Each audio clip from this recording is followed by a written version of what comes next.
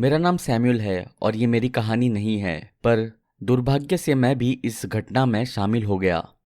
कुछ महीनों पहले मैं इंडियाना में अपने 3 दोस्तों के साथ हाइकिंग के लिए गया था। बेटी, जेसन और मॉली। हम लोग सेम हाई स्कूल में पढ़ते थे और छुट्टियों में मिलते रहते थे। ब्लूमिंगटन में एक पार्क है, मैकरोमिक्स क्रीक स्टेट पार्क। वो पार्क इंडियाना का सबसे पुराना पार्क है। वहाँ एक शानदार झरना है, कई गुफाएं और गहरे जंगल उस पार्क को कैंपर्स के लिए एक बेहतरीन जगह बनाते हैं। हम लोग झरने पे गए और वहाँ कई फोटोज खींची। वो जगह लाजवाब थी। आधे से ज़्यादा दिन में हम लोग इधर उधर घूमते रहे। बहुत देर चलने के बाद हम लोगों ने रेस्ट करने का सोचा और फिर कैंप के लिए जगह ढूंढने लगे। बेटी एक बड़े पत्थर पर बैठी और बोली, ये जगह बहुत अच्छी है। हम उसकी बात से सहमत थे। जेसन ने अपने फ़ोन में वीडियोस रिकॉर्ड करनी शुरू की और मैं खाने के लिए अपने बैकपैक में से सैंडविच निकालने लगा। आसपास पंछी चहचहा रहे थे। मुझे दूर से झरने के पानी की गिरने की आवाज़ आ रही थी। बेटी और मॉली मेरे पास बैठ के हंस रहे थे। मैं नज़ारा एंजॉय कर रहा था कि तभी मुझे जेसन की आवाज़ आई, वो ये क्या बकवास है। मॉली उठी और उसने पूछा, क्या क्या हुआ जेसन? हमने देखा जेसन झाड़ी के पीछे खड़ा कुछ देख रहा था। उसने तेज आवाज में कहा, आके खुद देख लो। हम सब उठे और उसकी तरफ जाने लगे। जैसे ही मैं पास की झाड़ी तक पहुंचा, मेरे गले के पीछे रोंगटे खड़े हो गए। वहां जमीन पर मीडियम साइज के जानवर की खोपड़ी पड़ी थी। वो हिरन जैसे कुछ लग रहा था। उसके सींग थे और बहुत गंदी बदबू आ रही थी। सबसे अजीब बात यह थी कि उसके जबड़े का नीचे वाला पार्ट नहीं था। उसका सिर्फ ऊपर का हिस्सा था जो उसे एक डरावना सा मास्क बना रहा था। हम सब लोग उसे हैरानी से घूरते रहे। ये यहाँ कब से होगा? जेसन ने कहा। बेटी ने जवाब दिया, वेल, किसी जानवर ने मारकर यहाँ फेंक दिया होगा। मुझे उसके ताने पे हंसी आ गई। जेसन ने चिढ़ते हुए कहा, मुझे पता है। जेसन नीचे बैठा और उस खोपड़ी को छूने लगा, पर फिर अचानक कुछ हुआ। जैसे ही उसने उस खोपड़ी की तरफ हाथ बढ़ाया, वो खोपड़ी एकदम से दूर हो गई। हे भगवान, क्या ये अपने आप हिली? बेटी ने चौंकते हुए कहा। हम सब लोग इस चीज को देख के बहुत हैरान हो गए थे। मैंने कहा, वेल, कोई चूहा हो सकता है इसके नीचे, या कोई छोटा जानवर। बेटी ने जवाब दिया, ईव, कीड़े भी हो सकते हैं। जो भी है, मुझे इस गंद के पास नहीं रहना। मॉली ने कहा, चलो गाइस, कैंप करते हैं। ये एक मरे हुए जानवर की फालतू सी खोपड़ी है और ये मुझे अजीब सा फील करा रही है। ऑनेस्टली उस खोपड़ी ने मुझे भी अनकंफर्टेबल कर दिया था। उसके बारे में कुछ तो था जो सही नहीं लग रहा था। हम सब ने अपने बैकपैक्स लिए और वहां से जाने लगे। पर मैं जैसे ही मुड़ा, मैंने देखा जेसन अभी भी वही खड़ा उसे देख रहा था, बिना पल के झपकाए। मैंने तेज आवाज में बोला, जेसन, आ जाओ, हमें जाना है। उसने हिचकिचाते हुए कहा, हाँ, आ रहा हूँ। हम 15 मिनट और चले और फिर कैंपिंग के लिए एक जगह चूज की। सब अपने टेंट्स लगाने में बिजी हो गए, पर जेसन जमीन पर बैठ गया और आसमान में देखता रहा। वो एकदम चुप हो गया। मैं उसके साथ बैठा और उसे बियर पकड़ाई। उसने बियर ली और फिर उलझन भरे स्वर में कहा, तुमने देखा वो खोपड़ी अपने आप हिली थी, है ना सैम? मैंने कहा, कम ऑन जेसन, तुम अभी भी उस खोपड़ी के बारे में सोच रहे हो? हम यहाँ मजे करने आए हैं, जाने दो यार। सूरज डूबने लगा और अंधेरा छा गया। मैंने लकड़ियाँ अरेंज की और बारबेक्यू के लिए आग जलाई। मॉली मैरिनेटेड चिकन लेके आई थी। एक लकड़ी लेके हमने उसे आग में भुनना शुरू किया। हम लोग बियर पी रहे थे और शांति को एंजॉय कर रहे थे।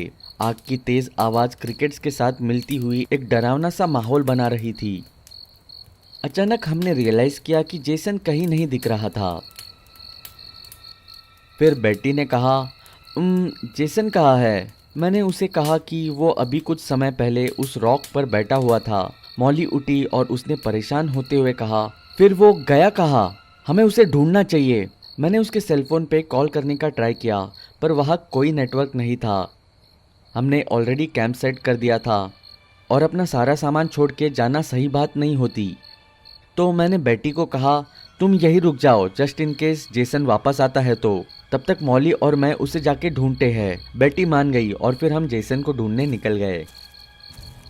जेसन! मॉली ने आवाज दी, पर कोई आवाज नहीं आई। पार्क में बहुत अंधेरा छाया हुआ था। हम लोग अपनी टॉर्च से रास्ता ढूंढ रहे थे।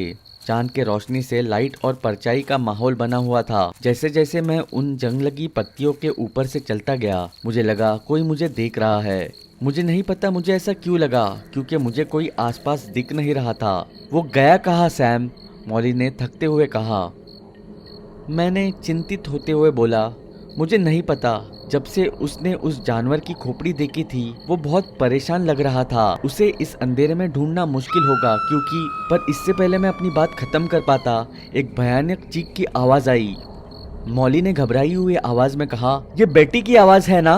बिना एक सेकंड भी वेस्ट किए हम दोनों कैंपसाइट की तरफ भागने लगे। मुझे पता था बेटी मुश्किल में है। जो चीख मैंने सुनी वो मदद के लिए पुकार रही थी। हम पागलों की तरह भाग रहे थे। झाड़ियों और पत्तियों ने हमारी स्किन को छील दिया जब हम वहां से भागे। हमें कैंपसाइट पहुंचने में 5 से 7 मिनट लगे, पर जैसे ही हम वहां पहुंचे, हमारी नसों में खून जम गया। बेटी कैंपफायर के पास जमीन पर गिरी पड़ी थी। उसकी आंखें पूरी तरह खुली हुई थी और उसकी पूरी बॉडी पर खून ही खून था। उसकी बाजुएं नहीं थी। हाँ, बेटी के हाथ गायब थे, जैसे किसी ने उसके हाथ टहनियों की तरह तोड़ दिए हो। मॉली इस दहशत भरे नजारे को देखकर बहुत जोर से चिल्लाई। मुझे उस समय समझ नहीं आ रहा था कि मैं क्या करूं, क्योंकि मैंने ऐसी मौत कभी नहीं देखी थी। पर इससे पहले कि हम अपना दिमाग चलाते और सिचुएशन को कंट्रोल में करते, एक आखिरी डरावनी घटना हुई। हमें पास के टेंट के पीछे किसी के खाने की आवाज आई। मैंने जमीन से लकड़ी की डाली उठाई, क्योंकि मुझे पता था जिसने हमारी दोस्त को मारा वो अभी भी हमारे बीच है। मैंने मॉली को चुप रहने को कहा और हम दबे पांव उस टेंट के पास जाने लगे। जैसे ही हमने उसके पीछे देखा, मेरा पेट फूल गया। एक भयानक सा प्राणी हाथ को खा रहा था। मुझे बोलने की जरूरत नहीं है, वो बेटी का हाथ था। वो प्राणी अपने पैरों पे किसी इंसान की तरह बैठा था। उसके आसपास अंधेरा होने की वजह से ढंग से कुछ नहीं दिख रहा था, पर जिस तरह से वो इंसान की चमड़ी चबा रहा था, उसने मुझे बहुत डरा दिया। मॉली से और रुका नहीं गया और वो वही जमीन पर उल्टी करने लगी। वो प्राणी हमारी तरफ मुड़ा और मैंने उसके चेहरे पर टॉर्च मारी। जो मैंने देखा, मैं उसे कभी जिंदगी में नहीं भुला सकता। वो इंसान जैसा फिगर था, पर इंसान के चेहरे की बजाय उस पर एक जानवर की खोपड़ी लगी थी। वही सेम खोपड़ी जिसको हमने हाइकिंग करते हुए झरने के पास देखा था। उसकी खोपड़ी ने उसका आधा चेहरा छुपाया हुआ था, पर मैं उसका खूनी मुंह देख पा रहा था। उसके मुंह से हजारों तेज दांत निकल कर आ रहे थे। उसके मुंह से खून निकल रहा था। वो प्राणी उठा और बहुत तेज डरावने तरीके से घुर्राया। हमने 2 कदम पीछे किए, पर मुझे पता था हमारा अंत पास था। कोई चांस ही नहीं था कि मैं और मॉली उस चीज से लड़ पाते। उसकी हड्डियों से निकलती चमकी से मुझे घृणा आ रही थी। उसके तेज और लंबे नाखून पलक झपकते ही मेरे गले को काट सकते थे। मैंने भगवान से प्रार्थना की कि हमें उस चीज से बचाए। वो प्राणी घुर्राता रहा और धीरे धीरे हमारी तरफ बढ़ता रहा। वो एक खौफनाक दरिंदा था। वो आखिरी कूद मारने के लिए जमीन पर बैठा। हम बहुत डरे और सहमे हुए थे कि हम भागने को भी भूल गए। हमें पता था कि वो हम पर हमला करने वाला था, और कभी किसी को पता भी नहीं लगता कि उस 4 लड़के लड़कियों को क्या हुआ जो यहाँ कैंपिंग करने आए थे। मुझे पक्का पता था कि इसने हमारे दोस्त जेसन को भी मार दिया कि तभी मेरी नजर उस प्राणी के बाएं हाथ पर पड़ी। मेरे दोस्त जेसन के बाएं हाथ पर एक एंकर का टैटू बना है, और ये खूंखार दरिंदा जो मेरे सामने खड़ा था, उसके पास सेम टैटू उसके भी बाएं हाथ पर था। मैं बहुत जोर से चिल्लाया, oh my God Jason, is this you? तुम्हें हो क्या गया है? तुम अपने दोस्तों को मारना क्यों चाहते हो? जेसन अपनी डरावनी आवाज में जोर से हंसा और कहा, मैं भूखा हूं, मैं बहुत भूखा हूं, मुझे खाना खिलाना है। फिर वो मुझ पर कूद पड़ा और अपने पंजे मेरे पेट में गड़ दिए। मैं दर्द में चिल्लाया और कहा, भागो मॉली भागो। फिर अचानक कहीं से 4-5 आदमियों का झुंड हमारे सामने आके खड़ा हो गया।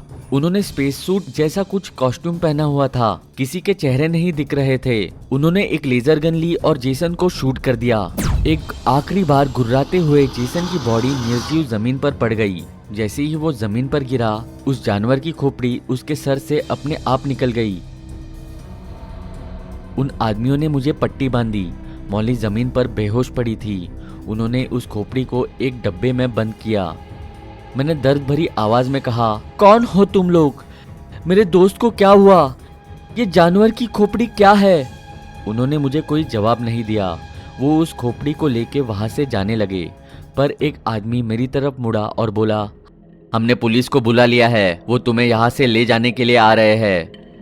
फिर वो अपने साथ वाले आदमी की तरफ मुड़ा और बोला, जनरल को फोन करके बता दो कि हमने SCP-323 को पकड़ लिया है, इसके लिए जेल तैयार रखे। मुझे नहीं पता वो लोग कौन थे और मेरे दोस्त को क्या हुआ। हमने पुलिस को बताया कि कैसे एक जानवर के हमले ने हमारी जिंदगी का जीता जागता बुरा सपना बना दिया। मेरे पास आज भी बिना जवाब के इतने सारे सवाल हैं जो मुझे रात भर सोने नहीं देते।